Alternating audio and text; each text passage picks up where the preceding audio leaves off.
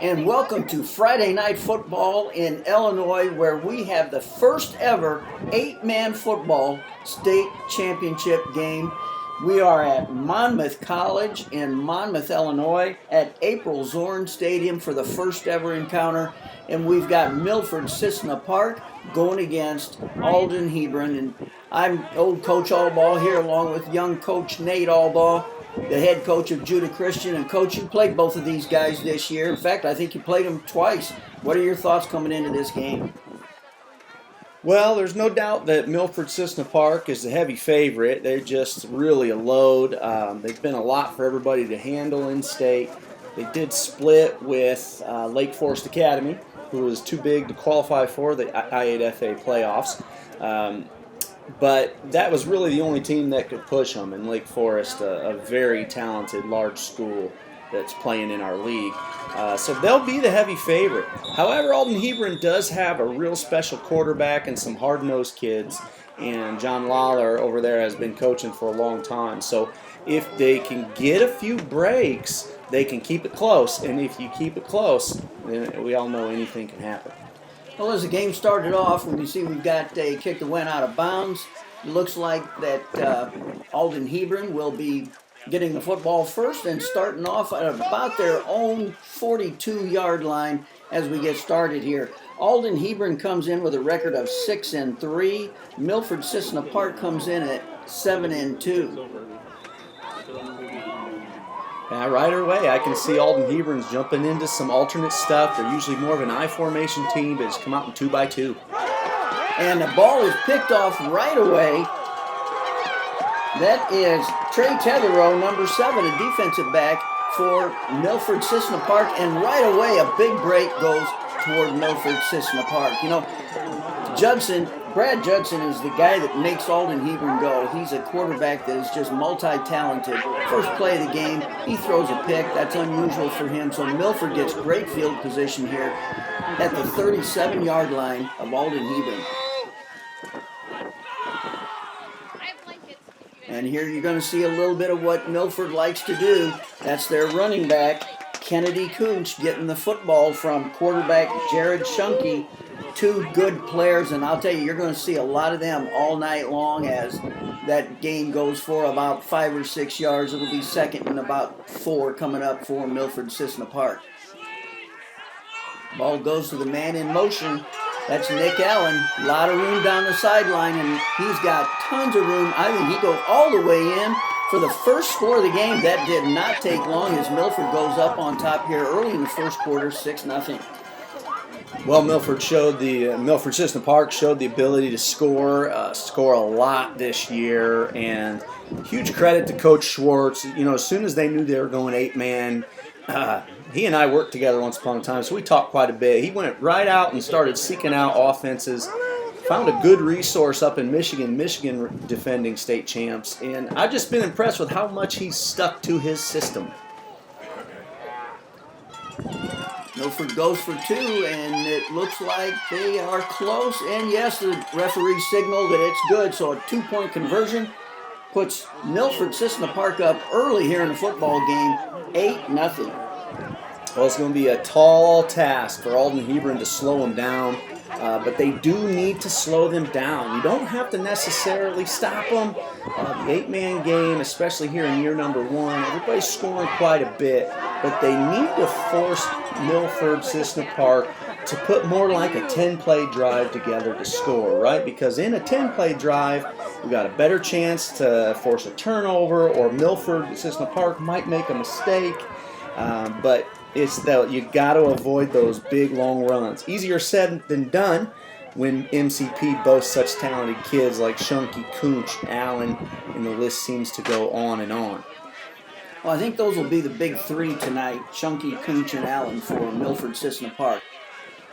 On the Alden Hebron side of the football, look for number 10, quarterback Brad Judson. He's the guy that makes things go. He can run it, he can throw it. Heck of an athlete. And the other guys that will probably be hearing their name a little bit will be number 9, Tommy Moore, and also number 84, Gideon Schauer, a big receiver that Brad Judson really loves to go to.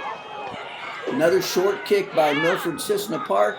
Looks like to me that Alden Hebron came up with this one. They'll be having good field position there at midfield. They've got the ball at the 50 with that short kick from Milford-Cissna Park, so they'll be taking over 1st and 10 and just inside the 50-yard line. Good field position. Now I was wondering if Coach would come back out in some of his more usual stuff. Here they are in that double tight 2 wings. Ball's fumbled a little bit by Judson. He picks it up. He gets a little bit, maybe a couple of yards, down to about the 47-yard line. So we've got a 2nd and long situation coming up for Alden Hebron. I think it's important that they get something going on in this drive. You don't want to give it back to that Milford powerful offense and not having scored yet. So this is a big possession, I think, for Alden Hebron.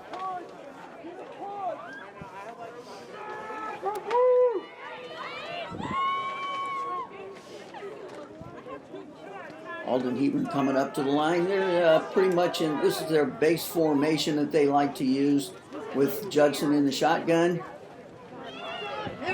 Little give on the sweep, little bit of room on the left side. Nice play. Looks like 1st and 10 for Alden Hebron. Nice play as they hand it off with that little inside handoff. Little lead blocking with it. Got a nice gain out of that play.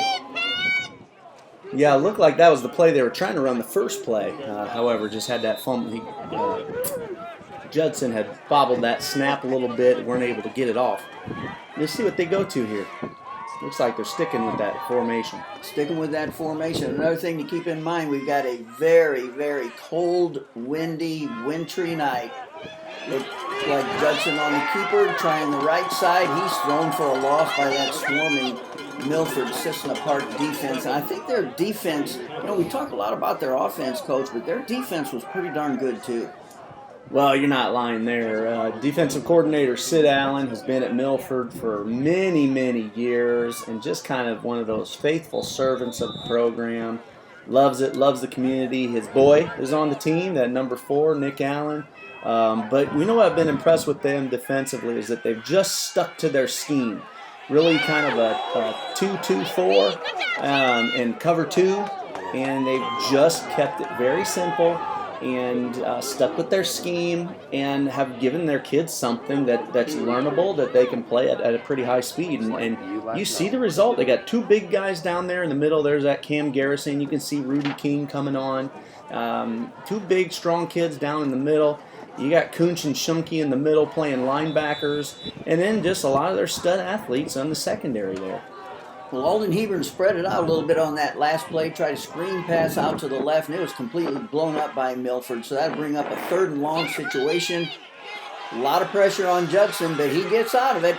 He's down the left sideline with a lot of room to run, knocked out of bounds, and that's exactly what Judson can do to you. He's just an athlete that makes things happen. He probably should have been sacked for about another 5-yard loss, but instead, Alden Hebron's now got the ball, looks like, just outside the 10-yard line. Will there have a 1st down?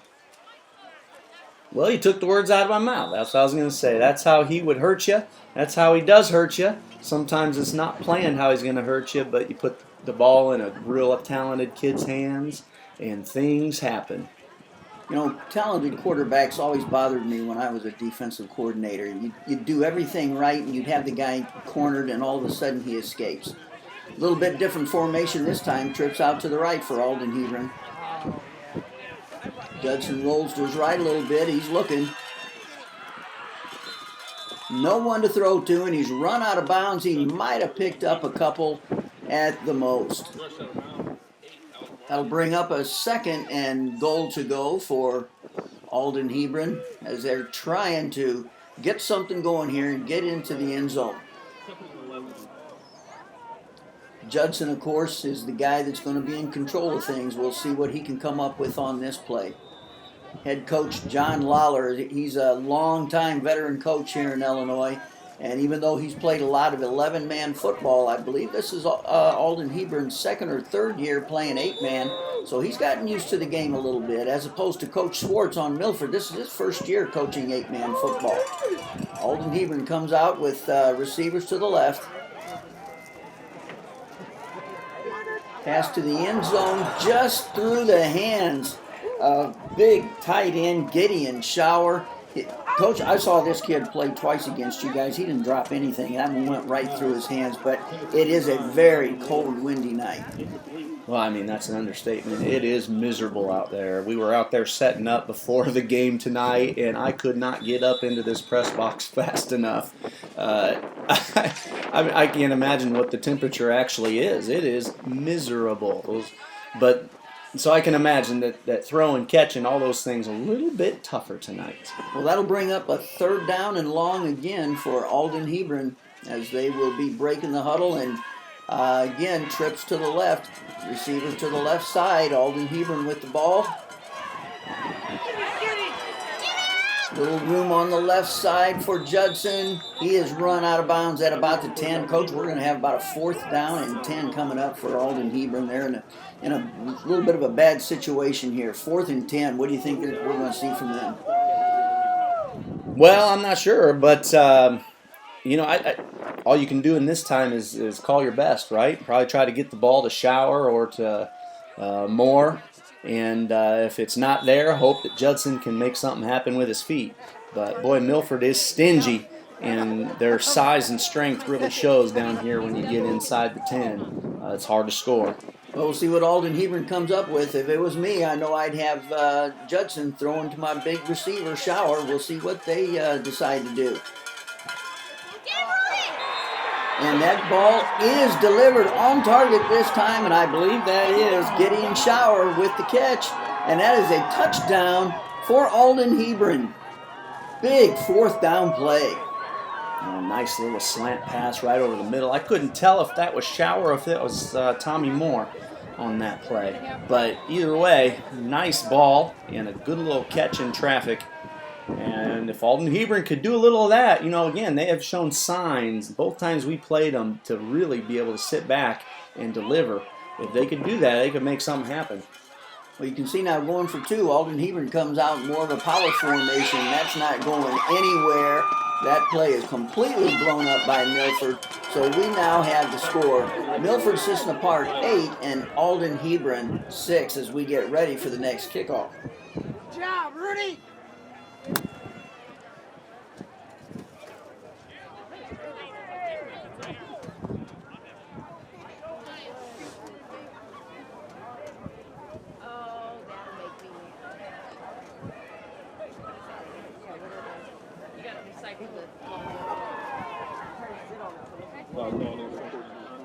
On the defense. Oh, you gotta be kidding me.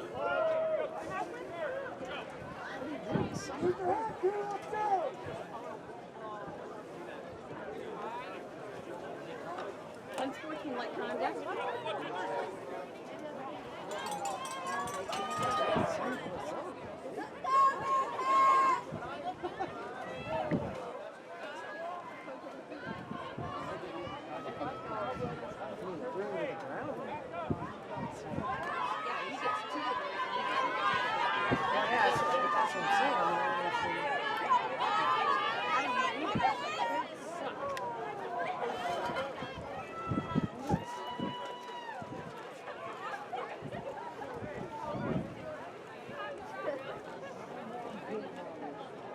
And Alden Hebron will be kicking off from the 45 as we had a penalty against Milford-Cissna Park. So Alden Hebron getting a little bit of a break here, kicking on a little bit of a shorter field. True. So maybe it wasn't on Rudy? I think it was on Jared Jones. Oh, was it? And that ball is kicked deep into the end zone. I think that's a good call. You know, I know a lot of teams are kicking short in 8-man football. I'm not sure what all the teams were doing. But, I mean, if you've only got 45 yards to the end zone, and we've got such a windy night, they've got the wind at their back, just kick it into the end zone and try and make Milford-Cissna Park go 80 yards, and that's exactly what Alden Hebron did on that. 1st and 10 for Milford-Cissna Park from their own 20-yard line. Well, now they gotta make sure that they're taking away the big play, because on a big play, it don't matter if you have 80 to go or 8, it's 6 points. And Milford is jumping right back into their base formation. They like to send Allen in motion. Ball was given to the running back, Kennedy Kuntz. That didn't go anywhere. So All of a sudden, Alden Hebron comes up with a big stop here. This is a big series for Alden Hebron. If they could possibly get a stop on this series, that would be a big lift for them. But Milford is just, they've got that three-headed monster that's really hard to stop between Shunky, Kunch, and Allen. Second down and about 11. So we got a second and long situation for Milford-Cissna Park as they get ready for this second play of the series.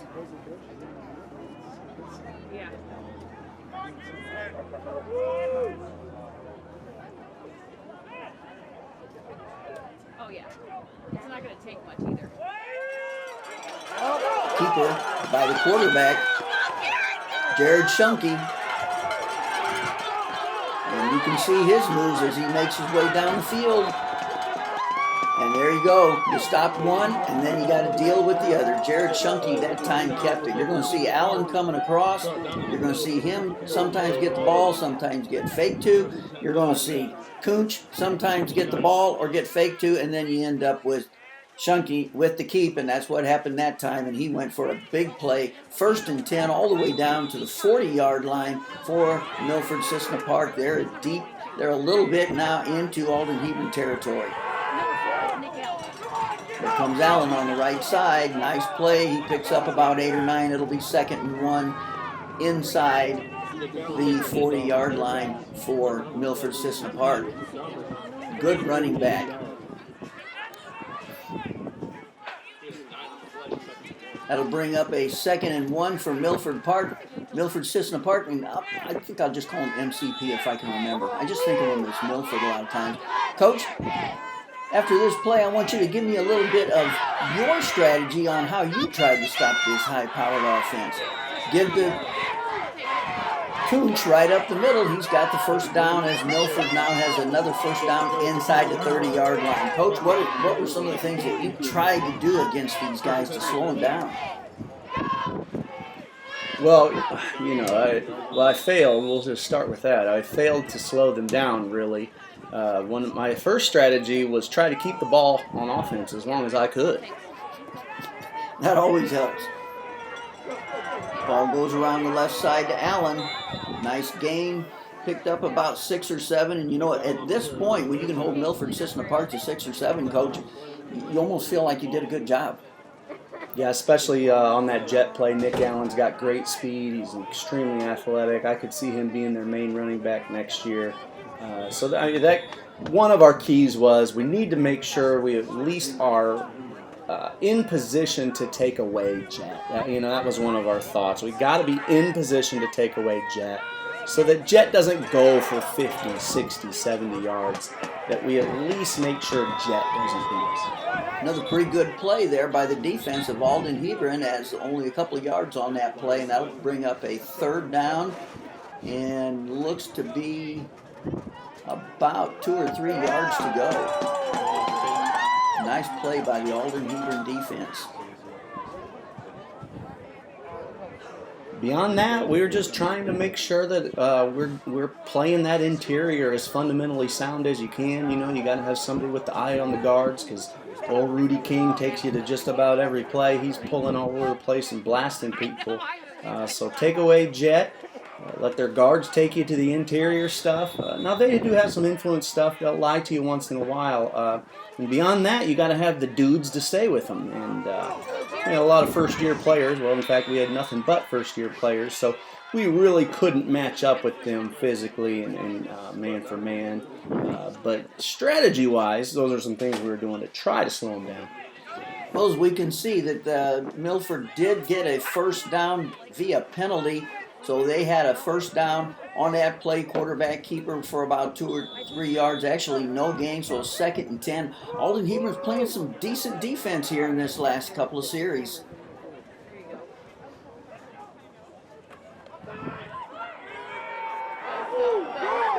Quarterback Kunch on the keeper. I'm pretty sure that was a reverse.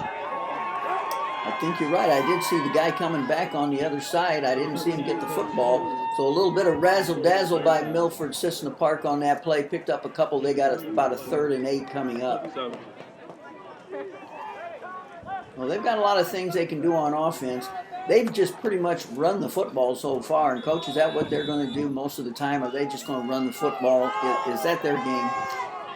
Well, you know, it's one of those things. It's hard to say. They are so good running the football that it's hard to make them throw. There we go on that jet sweep to Nick Allen. He takes it in for another score, and that puts Milford-Cissna Park on top 14-6. And actually, I thought Alden Hebron played some pretty good defense in that series, but yet they still gave up the touchdown. There was one big play that really set Milford up for that.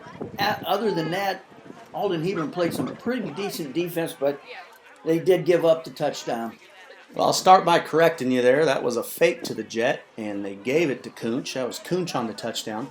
Nice little jet fake, good enough to fool you. And Coach Albaugh, old man's up here checking his glasses, of course.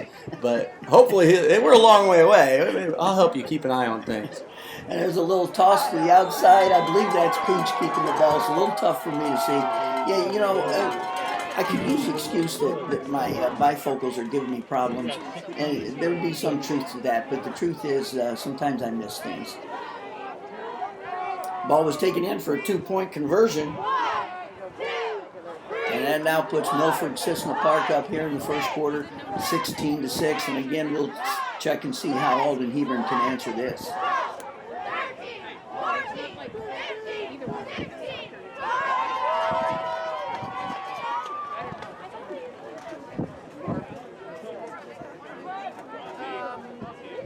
I think it's him in the flat.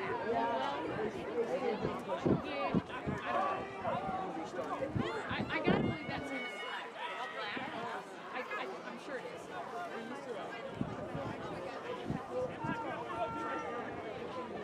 I'm looking for the other one. We got Sid Allen, who is probably in the blue coat pants. And there's Coach G. I'm not sure where he is. Right.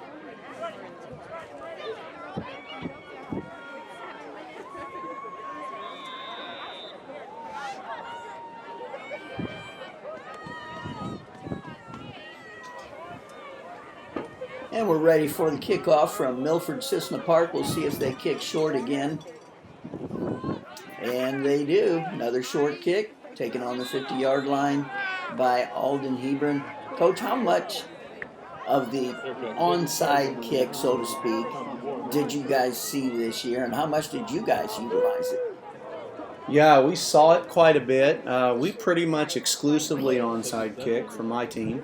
We see a lot of it. You know, when I got to Champaign about 6 years ago, coaching at Champaign Central, we were one of the only teams that was onside in quite a bit. And by the time I left, we saw more and more onsides. It seems to be getting a little bit more popular. I think it is more popular. We've got a 1st and 10 here for Alden Hebron. Judson on the keeper. Nowhere to go. He's dropped for about a 3 or 4 yard loss. That puts Alden Hebron in a little bit of trouble here, Coach. 2nd and 13 is not where you want to be. Yeah, it's tough. I mean, you look at how good Judson is, and you don't blame Alden Hebron for trying to continue to go back to him, but Milford is so talented that they're really just able, right now, or at least recently, to really just key in on Judson. I wonder if John Lauer would get into his I formation and see if he can change it up a little bit. Well, sometimes just going right at someone can be effective. 2nd and 13, and Coach, you called it. There they are. They're coming right out in their I formation.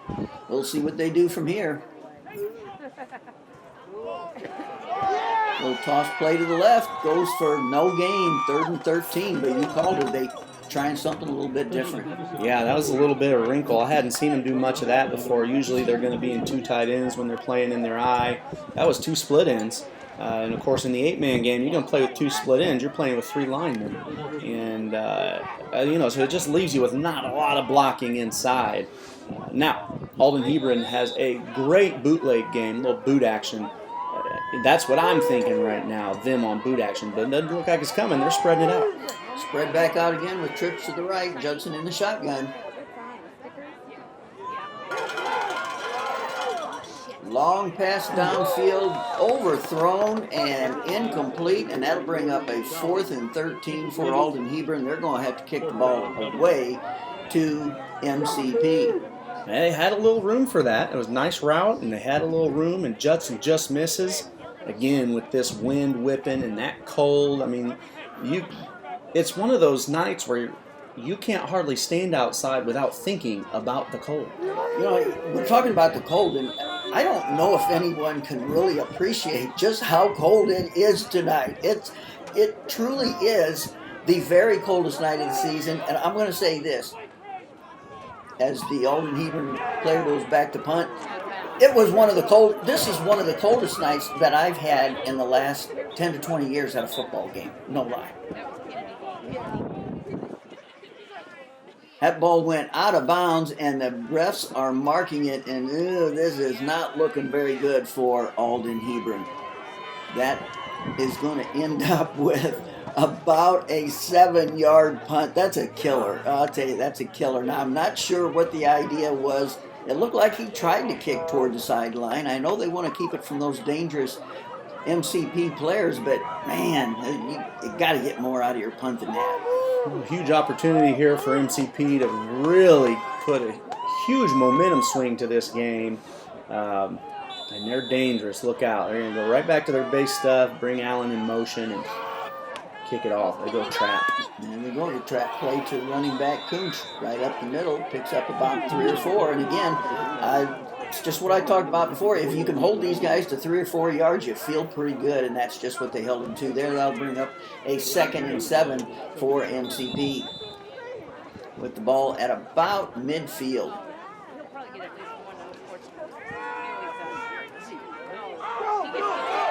Allen on that jet sweep again. He's got room to run, and he takes it for about a 20-yard run for a 1st down. And Coach, we just, you see it coming, but how do you stop that doggone jet sweep? Yeah, you either need 9 or 10 players, or you need a couple guys that have just as good a speed as Nick Allen, but that's hard to find. Yeah, and having 9 or 10 players on the field in an 8-man football game, you probably didn't get along with that very long. Give this time to the running back, Cooch. Nice pickup for about 5 or 6 yards. So you can see they'll just pick you apart, given these talented running backs. And if they don't give it to a talented running back, then their quarterback, Jared Chunky's going to keep it. Oh, credit to these Alden Hebron guys, man. And a tough night. You know they're tired. They are defending well. They're hitting. They're coming to play some ball. And I don't see any heads hanging. They still seem to be really fighting and getting after this. Well, 1 yard to go for the 1st down. You got that trap play, Coach? Big play opens up. Another score for Milford-Cissna Park. Nice play. Man, Alden Hebron just got caught with bringing an inside linebacker off an edge blitz, and when you got an offensive scheme that happens to time up when they're timing up kick-out blocks with an outside linebacker blitz, you don't have anything left at that 2nd level, and just a bad break as far as like the play call for Alden Hebron there. Just didn't have anything at the 2nd level, and with them boys in blue and that speed and talent they got, yeah, it was another big play. But don't count them out yet. Again, this game's a game of momentum. Right now, the momentum belongs to MCP. And Alden Hebron needs to get a score here and try to get back into it. 2-point conversion is good by quarterback Jared Chunky as he takes it in, and that'll put Milford-Cissna Park up now 24-6 here in the 1st quarter. Score. 2, 3, 4, 5, 6, 7, 8, 9, 10, 11, 12, 13, 14, 15, 16, 17, 18, 19, 20, 21, 22, 23, 24.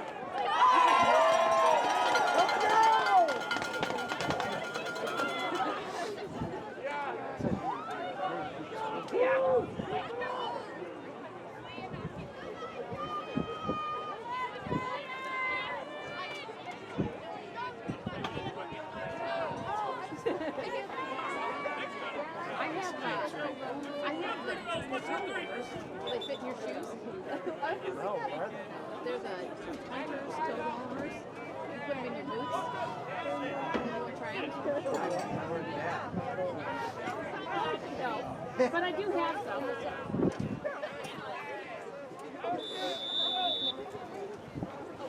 And once again, Alden Hebron will be receiving the kickoff. We'll see what Milford-Cissna Park decides to do. They've been kicking it short all night. My guess is they're probably going to keep it that way.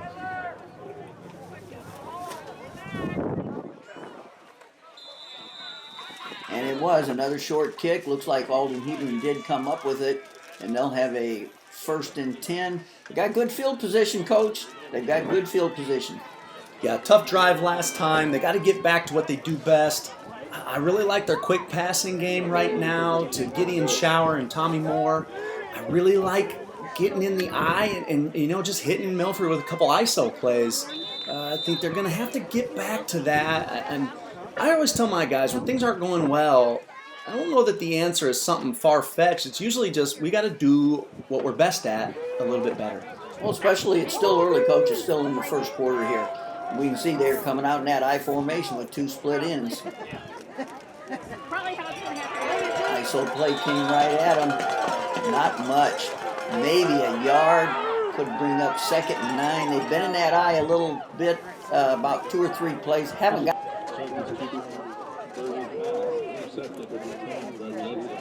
Well, sorry everybody. We had a little bit of technical difficulties there. Our camera cut out. As we come back here, we are now in the second quarter with MCP has just scored to go up 38-6. 8:35 to go in the second quarter. We'll try to get that fixed, make sure we don't have any more mistakes. But that's where we pick it up. MCP just scores and goes up 38-6. Alden Hebron here in this first half. They've got to get a score here and maybe make one stop before half just to get a little momentum back.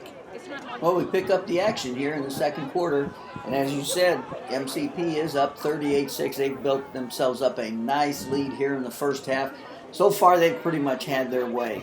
Just really run the ball very effectively against Alden Hebron. Alden Hebron just can't get things going.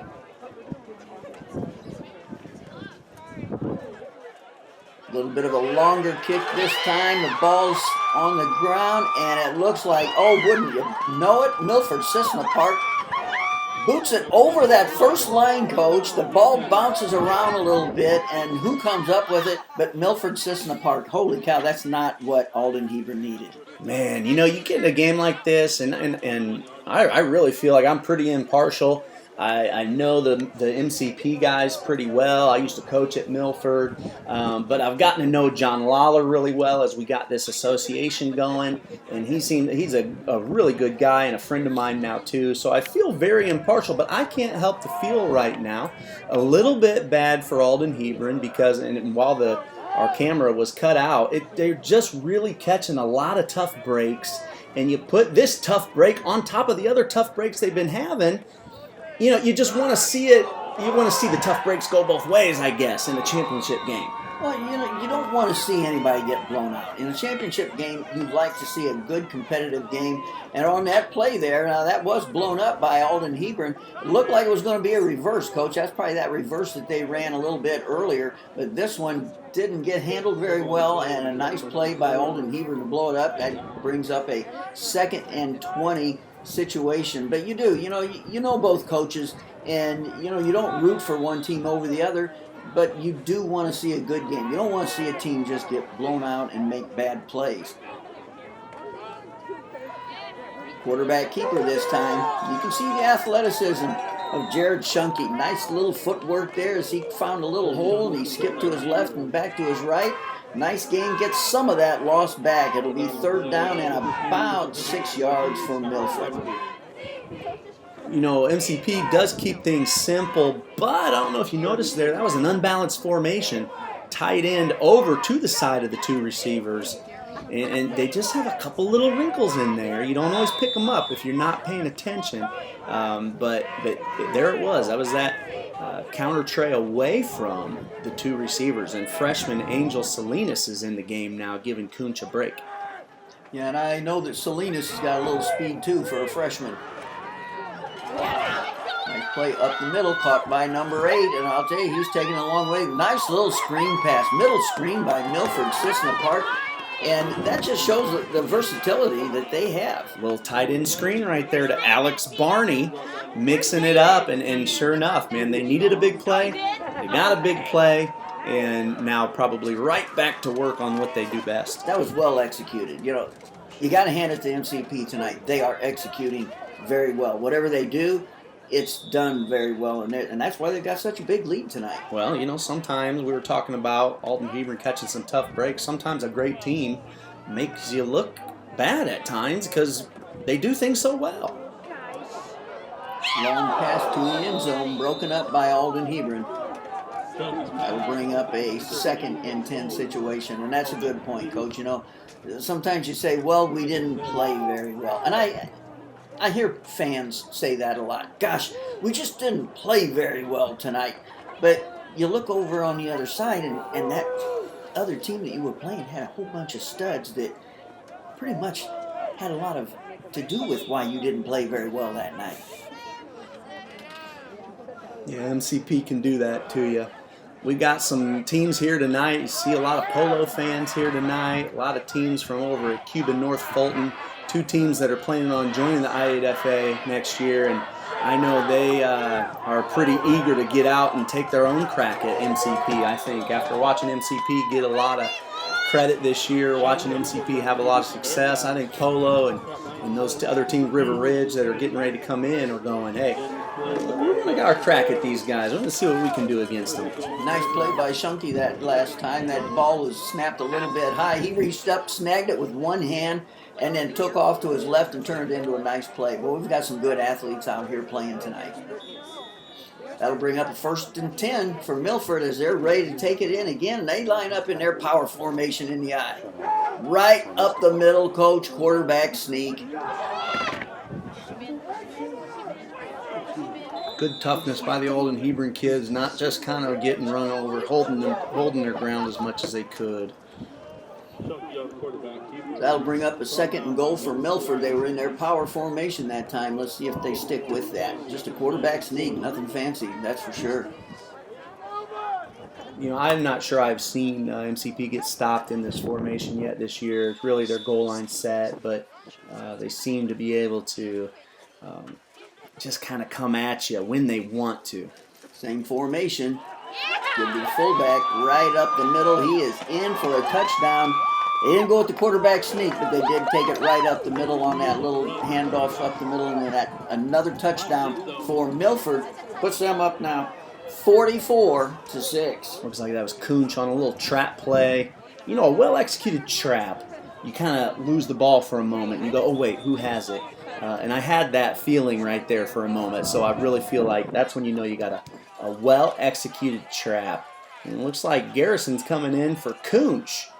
And Garrison, big Cam Garrison, lines up at fullback. And that's just who got the football. He takes it right up. That reminded me of the old fridge, you know. Oh, yeah. Remember when, what was his name, Perry? Refrigerator Perry. Yeah, Refrigerator Perry for the Bears. That was back at Refrigerator Perry back then weighed 295, and he was considered a giant. Yeah. A 295 pounder now is. What's Cam Garrison listed at right here? You know, 320. Look at that. Yeah, Cam Garrison's listed at 370. 370. The fridge was considered big when he was 295 for the Bears. Now we got high school kids weighing 370, carrying the football right up the middle, and I think Milford had a little bit of fun on that play, Coach. They take it in, and they also take a 46-6 lead. Boy, they've got this game well under control. You know, I remember once upon a time, who was it? Somebody was down. It was down south, southern Illinois, near St. Louis area. They were down by 40 at half and came back and won. It's just in the last year or so. Do you remember that story? I don't remember it right offhand, but I have seen some bigger comebacks, and it seems like teams are coming back from big deficits more now because teams are throwing the football a little bit more, and it allows you to do that. Back when I was coaching, that was hard to come back from. Nice return by Alden Hebron. Well, I guess that's why Milford-Cissna Park kicks it short all the time. That's the first time they kicked it downfield a little bit, and Alden Hebron brings it all the way back for about a 30-yard gain. Nice play on that. Like sophomore T.J. Pauley on that return. Great return there. Well, nice play by the little sophomore, and that gives Alden Hebron once again good field position. They're at the Milford-Cissna Park 46. They can't complain about the field position that they've had tonight. They've had good field position just about every possession that I can remember. Well, it'd be nice to punch one more in before half, just so you can start thinking about some positive things. 1st and 10 for Alden Hebron. Going with their passing game. I like that idea. That's a good idea, and you know that's a very good receiver. Number 84 is Gideon Shower. I've seen him catch some balls this year, and you know he was almost.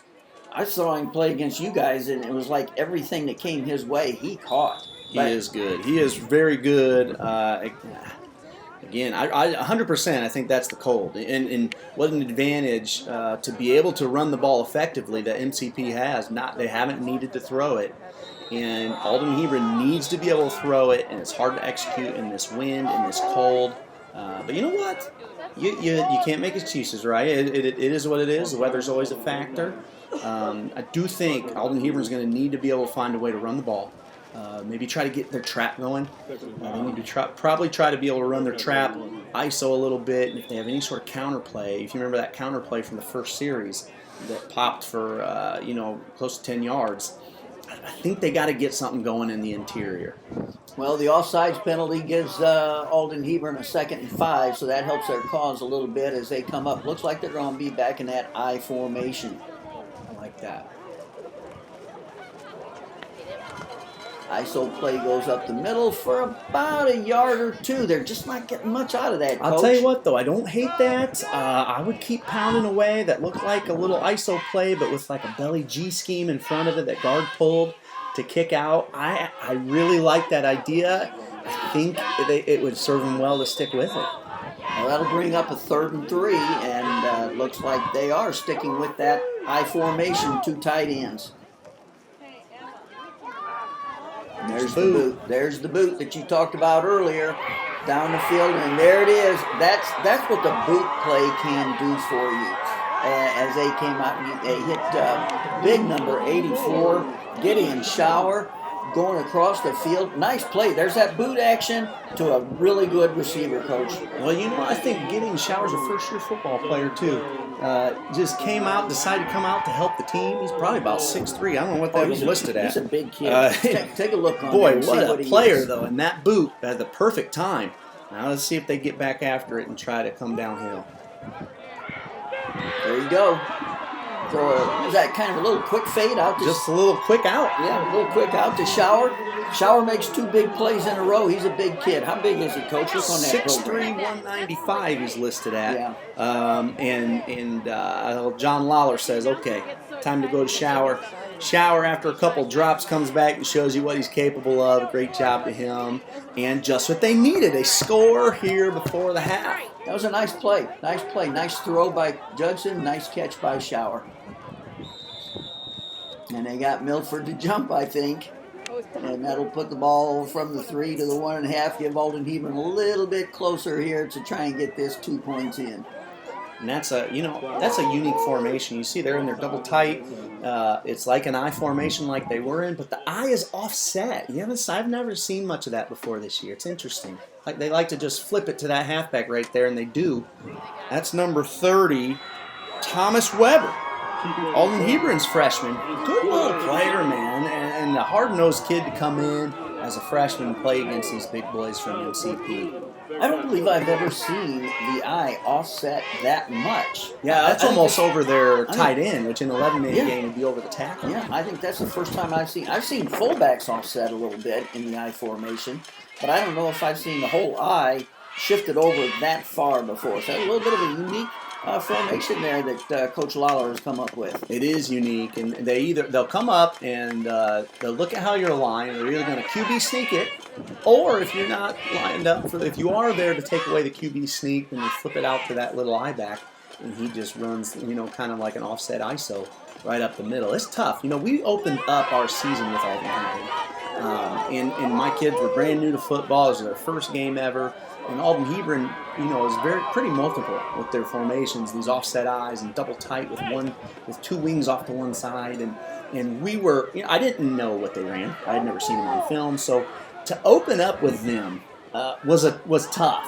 And by the time we played them a second time, then you knew, okay, all right, now at least we have time to prepare for the offset eye. We were able to play them a lot better there in last week's semifinal game. They did pull it away from us late, but they beat us 46-28. That was a heck of a game for quite a while. I think you actually had the lead at the half, didn't you? Yeah, we did. It was a fun half of football. Well, I know your guys at Judah came a long way. Short kick there to Milford. They're going to have the football at about their own 40, and they are on top here in the second quarter. 46-14. We got a lot of points. What is that? That's 60 points we've had here in the first half. 8-man football is a little higher scoring, but boy, this 46 in the first half is a little more than I usually see.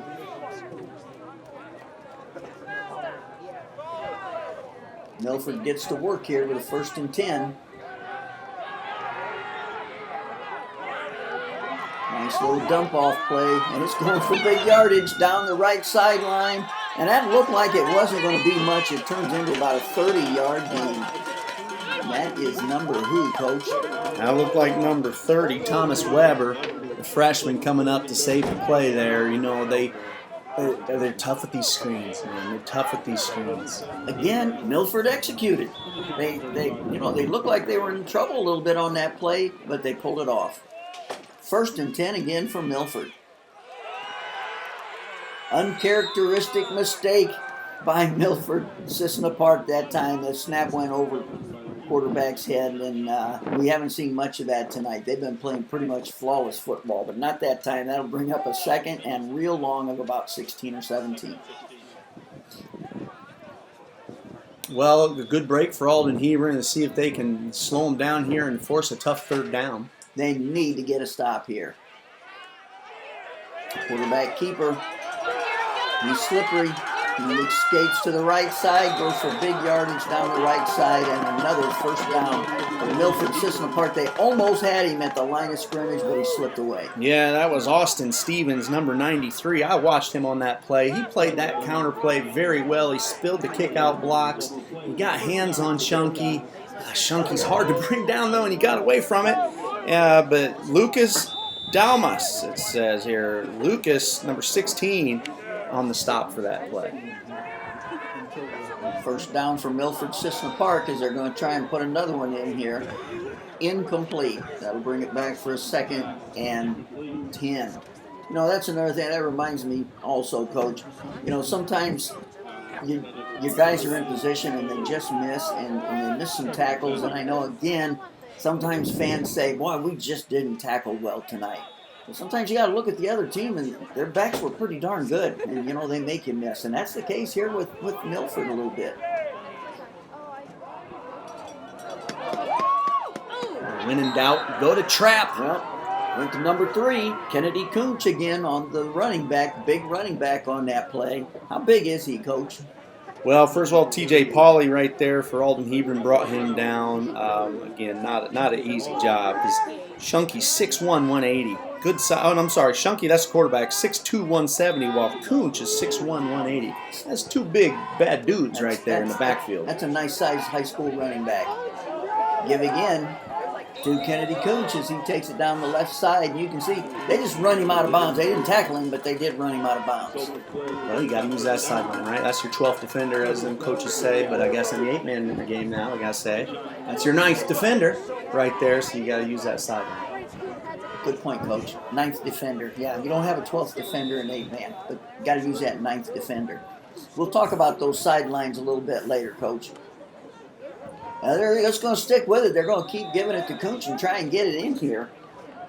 Nice job on that play. That looks like number 52, Christian Henderson and 54 TJ Pauley on the tackle.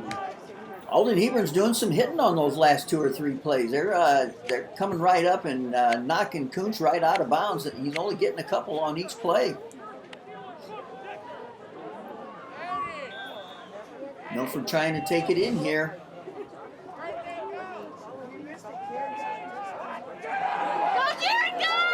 And there you go. Coach was looking downfield to pass the ball, didn't see anything, and it really opened up, Coach. I mean, it was gigantic. I mean, he saw it, he took it, and he took it in. Yeah, I'm just so impressed with their athleticism.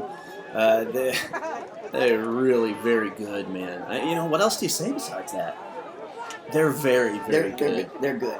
You know, I'm really going to be curious next year when some more teams come into the league and get a chance to see more players playing 8-man football. I think we're going to see a lot more talented players next year with more teams. But Milford getting ready to go for their 2-point play. Throws ball out to Kuntz on the outside. He did not get in. That was kind of a strange play, Coach. Alden Hebron stopped it, but I'm not sure exactly if that was planned or not. Yeah, it looked a bit like a broken play there. I couldn't tell who was on that play. It looked like it might have been 54 TJ Pauley. Nice play by whoever that young man was to stop that. Because, you know, sometimes a broken play can be hard to stop. Because it messes with what you're seeing. It messes with what you're seeing. It breaks the field up, and I think it helps good athletes because now all of a sudden they've got a broken field in front of them, and that's the kind of things that good athletes just make things happen when the play's all messed up. Nevertheless, score is now 52-14 in favor of Milford-Cissna Park as they get ready for another kickoff. 52-14. That's a lot of points in the first half, Coach.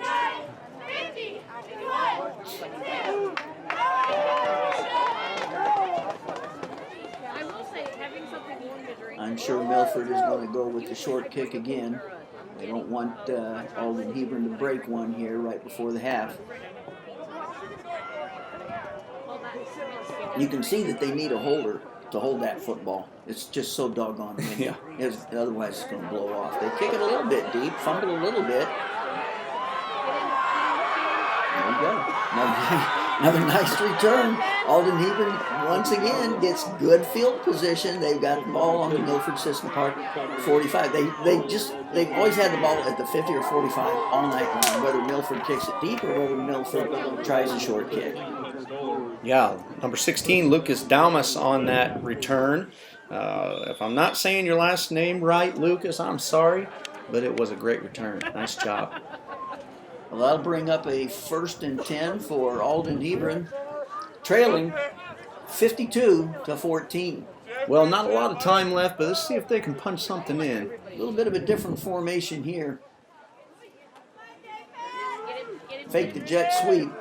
I like it. Good looking look there for Alden Hebron. A little different. I haven't seen that before. So it's like something just for championship week, but that was a nice little wrinkle for him. Yeah, it was a nice run by Judson, who got behind a couple of guys and just took it down the right side. You know, the name Judson is a big name in Alden Hebron, Coach. He's got a couple of uncles that played on that, man, what was it? Something like 1951 or 1952 state high school basketball championship team. Alden Hebron at that time, or maybe it was just Hebron. It was Hebron. It was Hebron at that time. School of like, who knows, 100. Won the state championship in Illinois when there was only one class. The Judson twins were the stars of that team, so he's True a nephew. Hoosier story. Oh, it's great. Pass goes incomplete. He was looking for Shower again that time. But getting back to that story, you know, that was way back, 1952. Illinois high school basketball is pretty good because you got the Chicago area as well as downstate schools in Peoria and Decatur. And Springfield, Champaign had good teams. And then you get down into southern Illinois that really took their basketball serious. Hebron, from way up north part of the state, a tiny, tiny school, won the whole thing, and it's one of those Cinderella stories. Heck, they still got it on their water tower in their town that they were the state champs in 1952. Well, Judson is a nephew of those guys. Great bloodlines. Oh, man, that ball is given off to the running back, but he gets hammered before he gets too far. Cam Garrison, just a lot to handle down in there, and just completely defeated. Now I see Garrison congratulating Rudy King. Was King in on that play too? You know, King and Garrison are just a lot to handle down low, and you know, schematically that play looked good, but they simply beat the block. Yeah, number 71 just was right there to make the play. Those two big guys in the middle can really plug it up. This time, Judson's going to keep it. On that 3rd and 12 play, he gets about a yard. It's going to be about 4th and 11 here. Long way to go for a first down. There's Shunky on the tackle. Shunky can play defense too. A lot of tough kids playing some good football right now. Looks like they got Shunky at corner, and Alex Barney playing there in the inside alongside Kunch. And then you got Tetherow out there on the other side. That's the principal's son on the top of the screen there, number 7. And completing the secondary is Nick Allen and Penn Stoller as safeties. All right, we've got a little bit of a crazy formation here, but a timeout is called. Coach, I used to call that the lonesome polecat. I don't know what you call it. Yeah, you can call it anything you want. Yeah, we're going. Yeah, good idea by MCP. Take a timeout. Let's talk about that. You know, I admire guys with the patience, and you look at this score. It's 52-14. MCP is they have to feel like at this point that they have to start getting that feeling like they can do no wrong. 4th and 12, but they take nothing for granted. Come out in the polecat, take the timeout, be safe, right? Better safe than sorry. I admire guys that are able to keep that kind of focus in the game, because it can be easy to go, well, I won't waste the timeout here. We're up by a lot. But not sit down. He wants that timeout, and they take it and talk it over with the boys, and sure enough, Alden Hebron goes away from it. Well, we are still in the first half, so the game is not over yet. Now Alden Hebron goes back to more of a traditional formation here on 4th and 11. Looking to throw the football is Judson. And it's picked off again, this time by number 4. I believe that's Nick Allen, and he's, of course, a great athlete, taking it all the way down the sideline.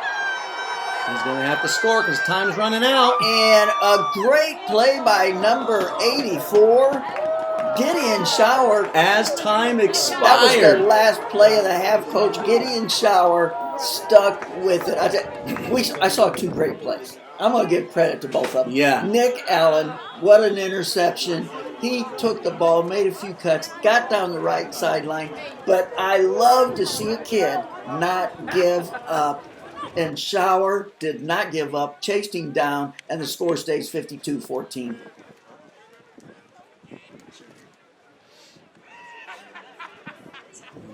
And we are ready for the second half now. We just ended that first half with a great play by Nick Allen and a great play by Gideon Shower to chase him down. And we're now ready to start the second half of play with Milford on top, 52-14. How'd you like that last play of the first half, Coach? I couldn't believe it. First I was thinking, are you kidding me? They're going to punch that in the last play. And he catches Nick Allen, which is not easy to do, and saves it. That just goes to show, hustle. You can't beat hustle. You have to admire a kid for doing that. And because it would have been so easy for him to say, oh, man, are you kidding me? And just kind of jog and follow, but he did. He made the play. Good for him. Okay, we are starting here the first series of the second half, 52-14 Milford. They've got the football on their own 35-yard line.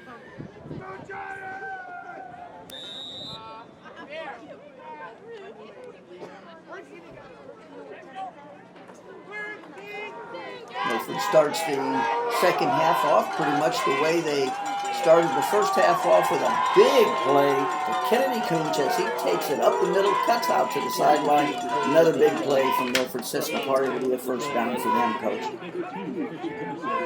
Let's talk a little bit about that sideline. Now, I noticed the sidelines have been marked a little bit closer than normal sidelines. Now, do you guys play with a 100-yard field, but how wide is the field? Field's 40 yards wide. So about, fumble here. Good hit by Alden Hebron. But it looks like Milford's going to maintain possession with a 2nd and 8. So, you know, how do the dimensions of the field vary from 11-man football? Well, the 11-man field, you can see it's 53 yards, and this one's 40. So it took 6.5 yards off each side, and that really puts the sideline just outside the numbers.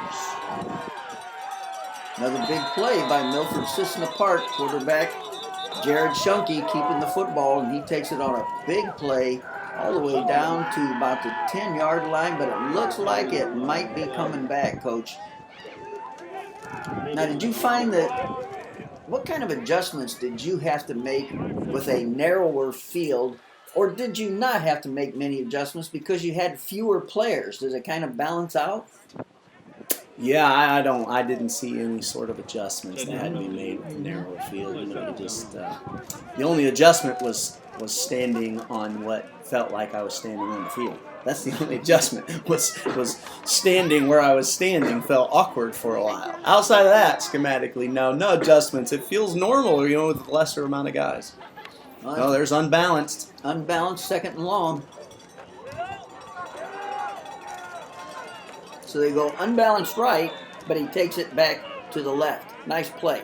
If you can get the defense to overplay that unbalance, sometimes coming back on the weak side can be a good play. Yeah, old Jacob Nash pulling there with Alex Barney, and Nash, you know, Rudy King's their big puller, usually pulls on trap, and Nash does a nice job leading on that counter play as well. Good offensive line, rounded out with the senior, number 65, Zane Truman at center, who was honored at halftime there for being an all-state lineman.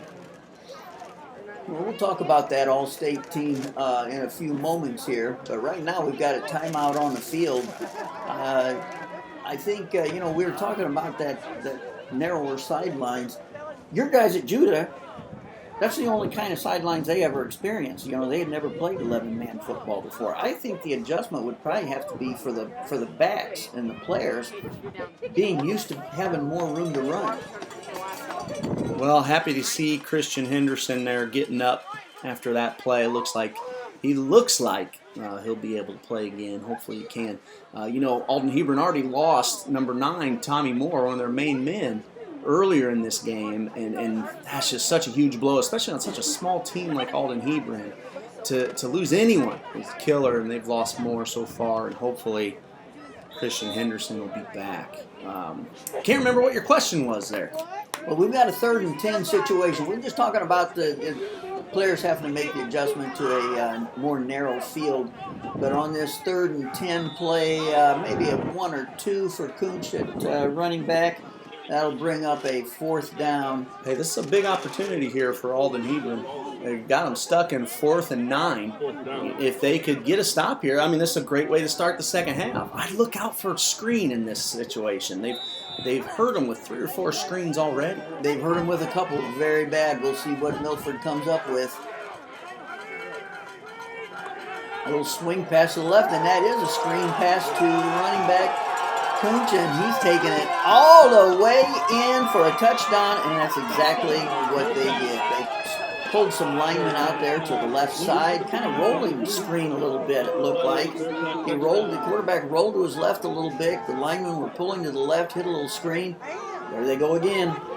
Yeah, I thought number 30 there, Thomas Weber, freshman, is going to have a chance to bring Cooch down. Cooch gives a little move, and MCP might have got away with a little block in the back there, but not called, and who knows if he'd have made the play anyway. It was a great call by Coach Schwartz there, head coach and offensive coordinator for the Bearcats. Yeah, you could kind of see that play coming. You get them in a 3rd or 4th and long, and they have had a tendency to go to that. That puts Milford on top. 58-14. Ball is taken in by running back Kunch again. The 2-point conversion is good. Score now makes it Milford-Cissna Park 60 and Alden Hebron 14 here in the third quarter. Well, according to the rules, that will start the running clock, which means at this point, now that Milford-Cissna Park is up by 40 in the second half, clock only stops now for touchdowns and injuries, and maybe timeouts as well. But otherwise, the clock will keep running. I'd like to see Alden Hebron try to finish this game strong. You can see the snow starting to come down. It's not getting any warmer. It's a tough, and you know what? Shout out to those Alden Hebron fans. They brought a really good crowd all this way. In fact, we have a great crowd here tonight in general. Milford side over here is filled up. We got a lot of fans that came from all over the state. Especially when I heard what the weather forecast was, I'm not sure what kind of crowd I expected. But we got a solid crowd here. What would you say? 500 to 800 people? I think so, and I was very pleased, surprised and pleased with the turnout. Both teams had a long way to go. It's a miserable night, but both teams bring a real good fan base. We do have a good crowd here tonight. Another short kick from Milford, another good return for Alden Hebron. They're going to have ball first and 10 at about the 40-yard line. That's Henderson on the return, and snow starts to come down. Right? Hey, of course the snow comes down. Just to add a little bit more to this night, nobody believes how cold it was unless you see snow, right? Well, when they see the snow, they're going to know. And especially if it starts to snow a lot, it'll probably be coming down sideways because the wind is really, really kicking up well. Well, I don't know if you can see it there in the camera, but it's coming down sideways for the most part. You can see it. Let's now. see if they can throw and catch. Keep going back to Gideon Shower. See, this is where it'd be nice to have Tommy Moore. Shower's such an imposing target. They usually have Tommy Moore on the other side, and it helps keep you honest. That looked like a run play all the way. Judson on the keeper takes it for about 6 or 7 yards. Nice play for Alden Hebron. Coach, we talked about the difference in the dimensions of the field, and of course, we know that instead of 11 men, you have 8. You lose 2 interior linemen, and you also lose a back. Any other rules that were different in 8-man, or other than that, is it pretty much the same? Man, there's only a couple rules that are different. On the kickoff, you have to have at least, you have to have at least 3 guys on each side of the ball of the kicker. So that's a rule. Or maybe you can't have any more than 4 guys on any one side. I can't remember. Something like that to the rule for the kickoff. And then, of course, your kids can wear any number. So the lineman could wear number 1 if they wanted. Quarterback could wear 85. Nice play there. Rolling to his left by Judson. Well, you just can't connect. But it was incomplete. And you can see the snow is coming down a little bit harder now. And it actually is kind of pretty out here, Coach. Look at this snow. Well, only from our angle up here in the booth. Well, it looks kind of neat, with the snow coming down in a championship game. You talk about those numbers. You can wear any number in 8-man football. Is that correct? That's right. Look at the ball rolling away there. Oh yeah. Well, we've got a turf field, and everyone is eligible. So, as long as you're the last man on the line of scrimmage, you're eligible. Outside of that, there's really no other rule differences. There's that little bit of offset eye, and it's a little bit broken. I think he wanted to flip that out to the halfback, and maybe it bobbled the handoff there. I'm curious to see what Lawler does here on 4th and 6. I feel like might as well go for it, right? Well, you got to. You're down 60 to 14. You got to go for it, and you're in decent field position. If you do have to give Milford the ball back, they're going to have a little bit of a long field. So sure, I think he's going to go for it. There'd be no reason not to in this case.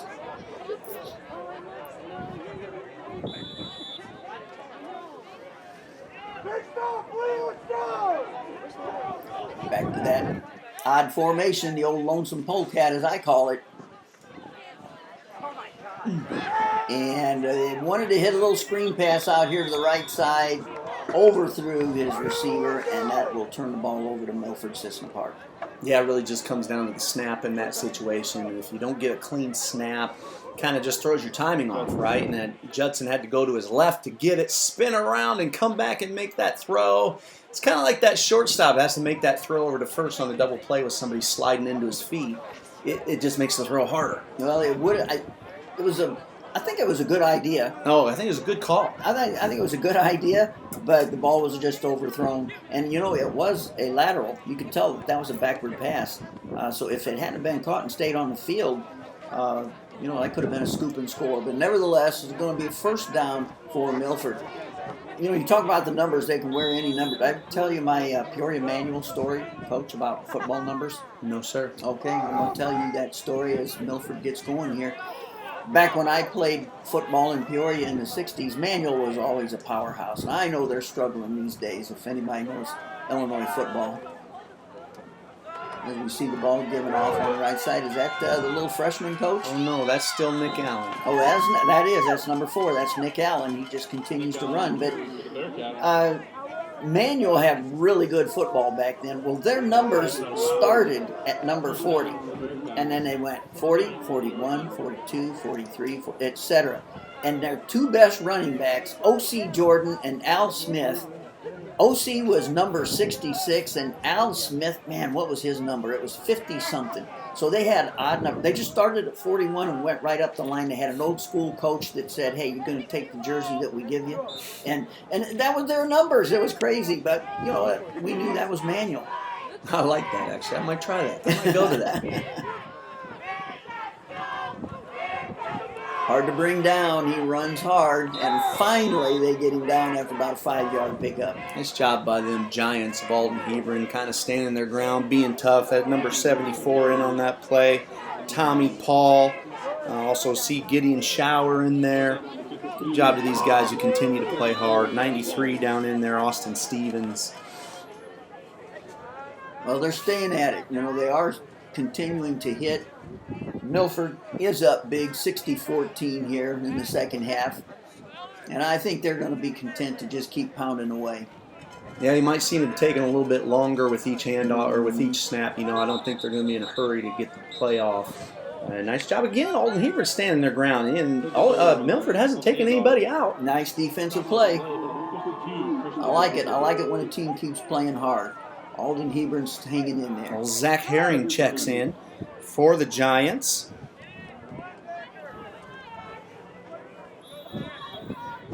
Chunky trying to hurry things up just a little bit, but I think you're right, Coach. I think they're going to slow things down a little bit here. And why not?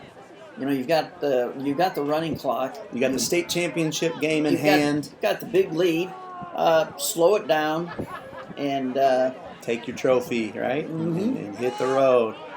Boy, that trap play is nice. And look at Kunch move. For a kid as big as he is, he's got some wiggle. He's got quick feet.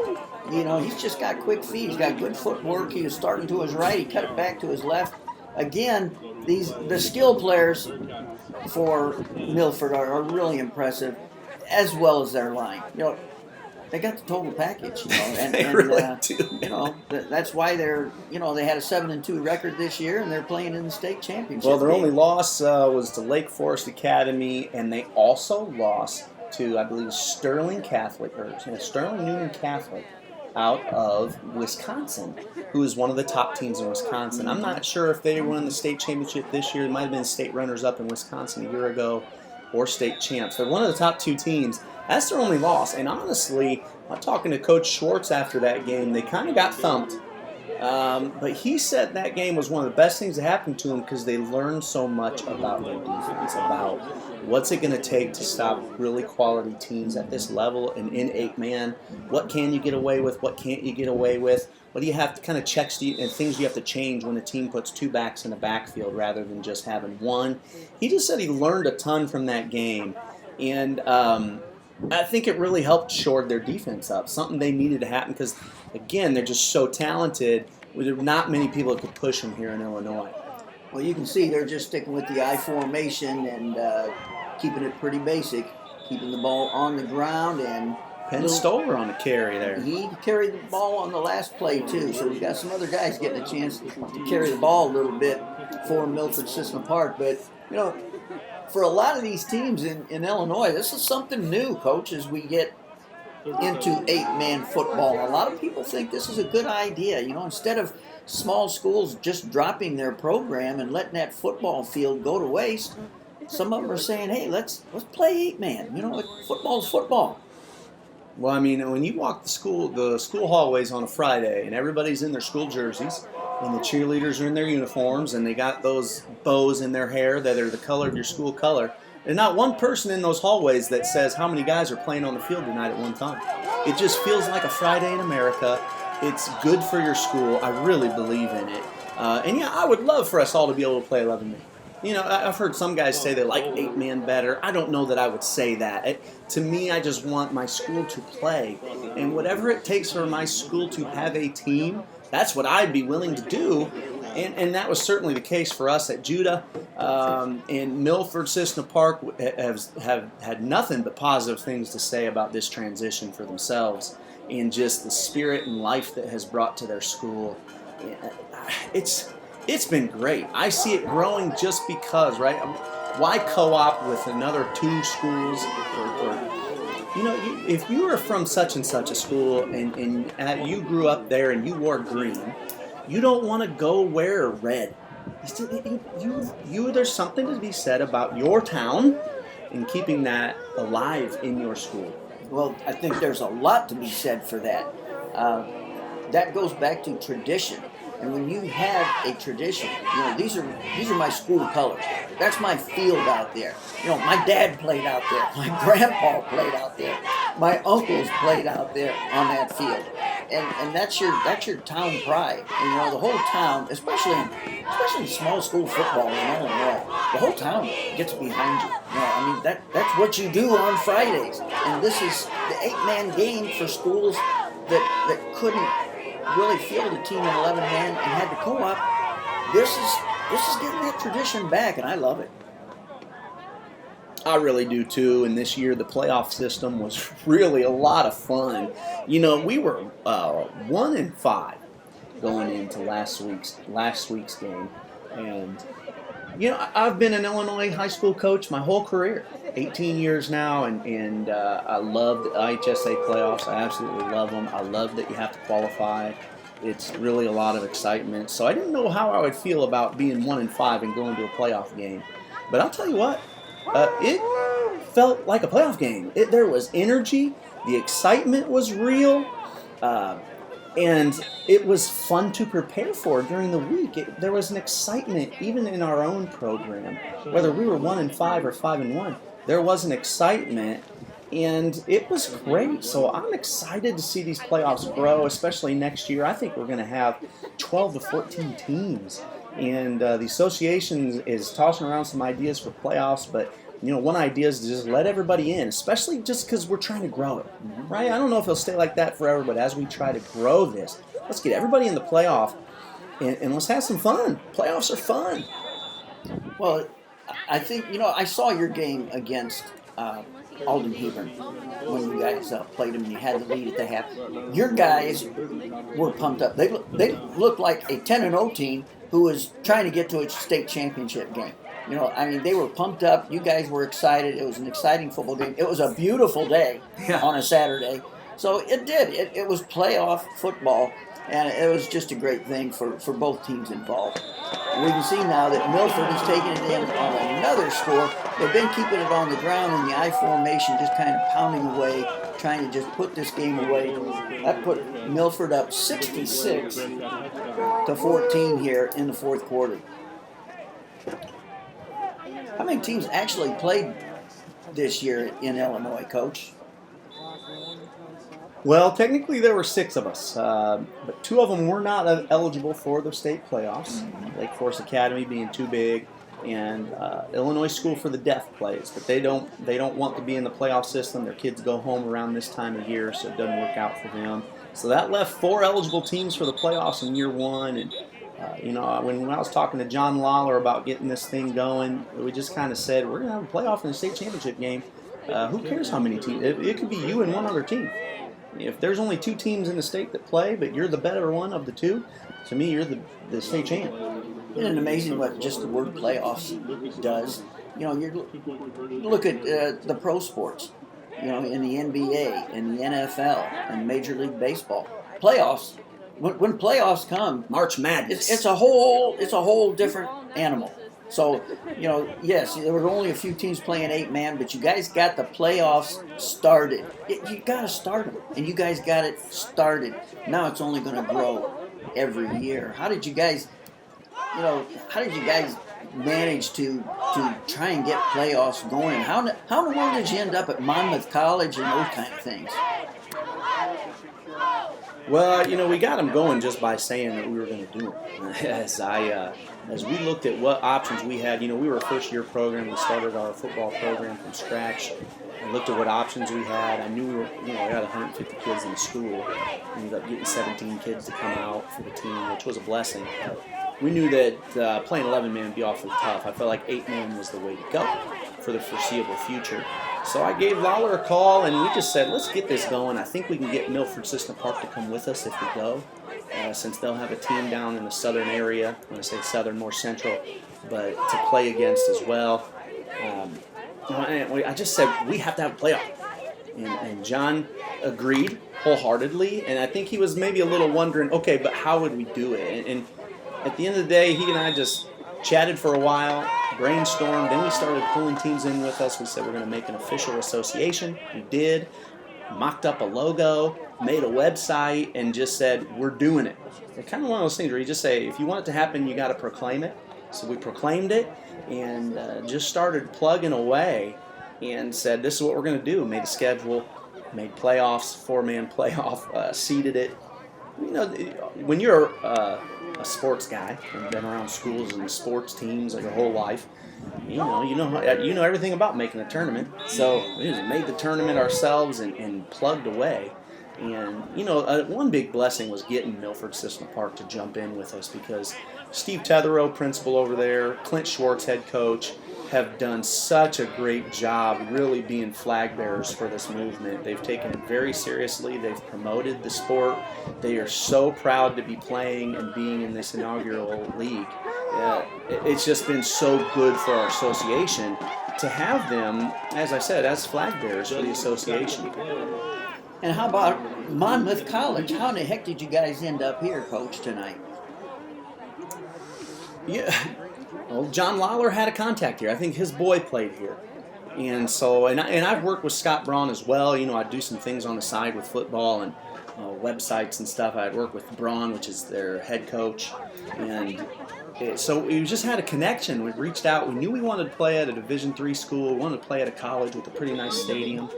And Braun, the people over here at Milford, at Monmouth were kind enough to take care of us. I'll tell you, I've been super impressed so far. They've done nothing but really set us up and take care of us. And that's what the association needed here in the early goings. Well, I think that's a good point. I think we need to put out a big thanks to Monmouth College for allowing the use of this stadium. And you're right, they were so cooperative. They had everything ready for us. You guys were able to set things up. People were there to help us, and they let us into their press box. Nice press box, by the way. And it's quite a bit warmer up here than it is down on the field. We got it pretty good here, but they really did a great job. So big thanks to Monmouth College. Well, you can see Milford starting to sub a little bit now here. You see big hugs on the sideline. The kids kind of getting that feeling of a championship. And I've never been to a state championship game, but I can imagine that it's just very emotional as you get you work so hard for these things. Kids work so hard these days. Coaches work so hard. And it starts back in June. And now here we are in November. And that's a long, long road. So I can imagine the feelings are really overjoyed down there. And I'm happy for them. 4th down, about 6 to go here for the Giants. And just want to see them finish out this game strong. I am impressed with the Giants and how they just really seem to be plugging away. You don't see anybody pouting. You don't see anybody kind of throwing their hands up. They've just continued to keep their nose down and play. And they're going to punt it away here. They're hanging in there on this 4th and long situation as Alden Hebron goes back to punt.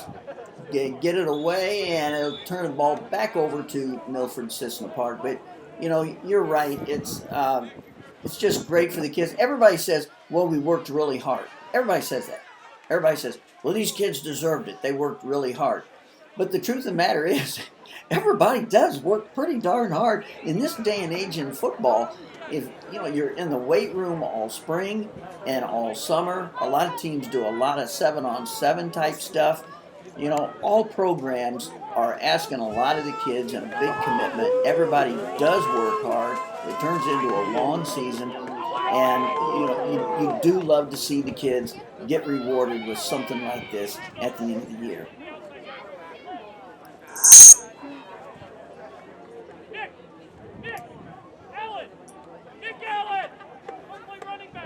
And MCP is a lot of subs in the game here. See if we can read some of these kids' names out. I got number 15 there, Jared Woodby, sophomore out at receiver. There's Nick Allen in the backfield. Like I said, I expect to see a lot of that next year.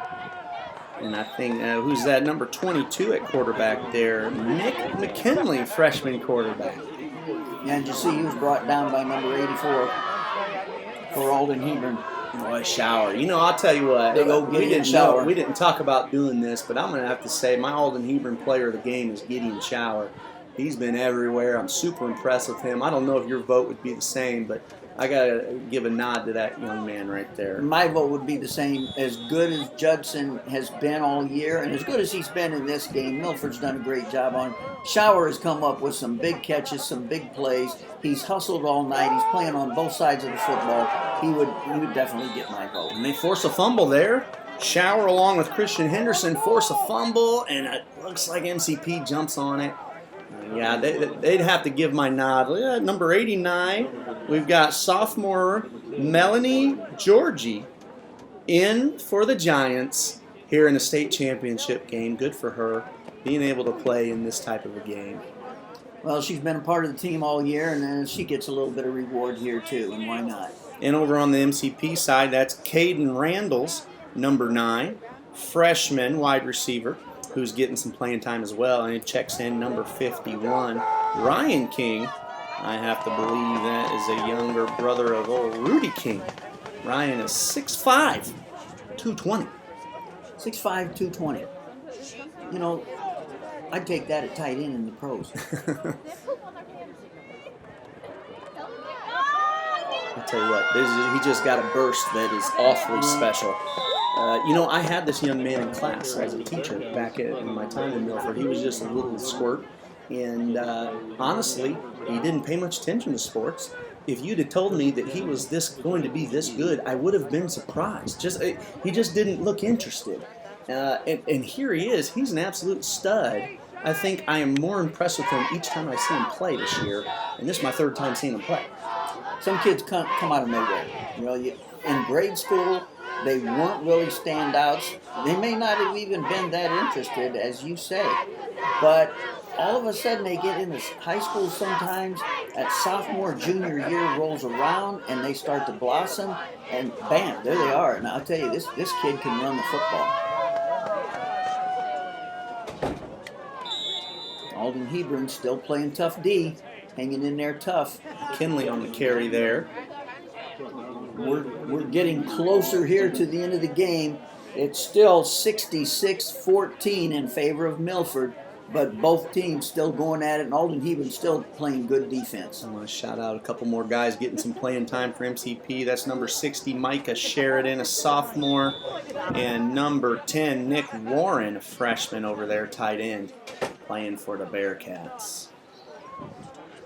And now we've got some more players coming in for Milford here as time runs down, and now they're going to do a little special tribute here, Coach, to one of their players that I believe passed away in the last year. Yeah, Brandon Rose, I believe his name is, passed away in the spring, and would have been a senior this year. A good player, and Bearcats lost that young man. Sad story there. And looks like they're going to take a couple snaps with 7 men on the field to pay tribute to their friend. So I'll probably just leave some silence here for the boys.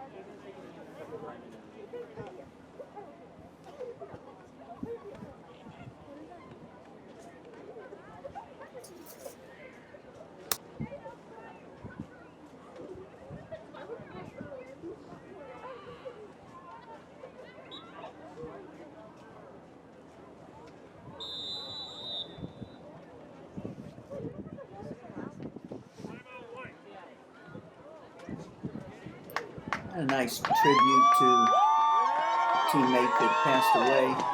Here as we wind down in the last few seconds of the football game. First year for the state championship in 8-man football is going to get a lot better from here, Coach. We're going to be looking forward to it. Still, of course, 66-14. Milford just taken this first state championship in 8-man football in Illinois, and they just not only, yes, they got a few breaks. You know, the ball was put on the ground a few times by Milford, but they recovered their own fumbles. But they played very well. They executed very well. Their athletes made great plays. Their defense played well. Alden Hebron hung in there tough. I thought Milford did a great job of bottling up Judson, the great quarterback from Alden Hebron. But overall, Milford-Cissna Park just really dominated this game. Well, credit to them, like you said, and I'm very excited to see where the association is going to go from here. Again, like I said, I'm expecting maybe 12 teams, maybe a couple more by next year. It's going to make the whole season a lot of fun. It's going to make the playoffs, you know, whatever more than fun than that is. It's going to be a blast. And like I said, we're bringing in some teams that had good seasons this year. An 11-man going to be coming over to play 8-man and join the association. And Milford-Cissna Park's going to have to work hard to try to repeat. But I'll tell you what, I think that they're going to come in with every intention of repeating. They got a lot of talent back. They lose a couple big guys, all right, like every good football team does. But they lose a couple big guys, but they have a lot of talented young guys that can play ball. And I think they'll still be a load and a lot to deal with next year. Well, there's some good teams coming in. I know there's some teams coming in from that northwest part of the state, and that's a small school football hotbed in Illinois. Mm-hmm. Those guys play hard-nosed football up there. They kind of bludgeon you to death with their style of play. So those teams that are coming in from that area, I'm really anxious to see how that's going to affect the league. Yeah, it will be fun, and too early, obviously. You never know in high school football what's going to happen year to year, but it will be a lot of fun to watch. And you hear whispers. You just no idea, no telling who's going to end up on board with us. You know, it could end up being a team we haven't even mentioned yet, or a team we don't even know is thinking about 8-man that comes in next year and could win the whole thing. You never know. Game winding down, taking a shot deep downfield. Ball falls incomplete. But I think you're right, Coach. I think there's a lot of people right now they're just keeping an eye on this. Yeah. They're keeping an eye on it. I think this event tonight was a big deal. Yeah. They're keeping an eye on it, and they're saying, well, you know, and I think so. This is adding a little bit of legitimacy to the league when you can do something like this and run it so classy. You know, I tell you what, hey, we got that big old trophy down there in the end zone that I'll run down there and pass out to the champions after this. Got a good runner-up plaque. Yeah, I got to give a lot of credit to the guys who were able to get on board with us here in the association. The Milford guys, Shepard up at Christian Life, John Lawler, Alden Hebron. These guys have done a good job coming on board, and we just had a few guys, but that's all it took to be able to kind of build something pretty cool. And I do think that we've gained a lot of attention around the state. Well, I know I've talked to some people who have seen some games, and they were impressed with the level of play. Time winding down.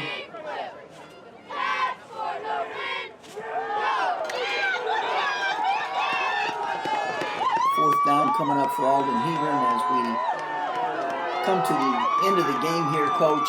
And that looks like that will wrap it up. That was the last play of the game. Bearcats are celebrating on the sideline as they win the first ever state championship game, 8-man football in Illinois. Congratulations to the Milford-Cissna Park Bearcats. Congratulations to the Alden Hebron Giants. And Coach, great season this year for 8-man football in Illinois. Absolutely. I couldn't agree more. History being made right in front of our eyes. You know, even this game, it being here, history,